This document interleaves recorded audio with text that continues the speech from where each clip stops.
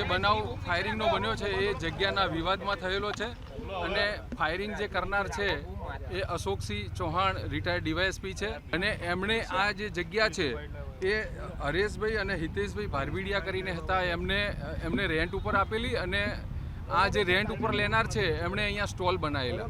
Stall શરૂ ના થતા જેને સ્ટોલ ભાડે રાખ્યા છે એણે આમને જે અશોકસિંહ ચૌહાણ છે એમને ભાડું આપેલું નહીં, એટલે ભાડું ન આપતા એમણે આ જગ્યા પોતાની છે અને તમે ખાલી કરીને જતા રહો એવું જણાવેલું.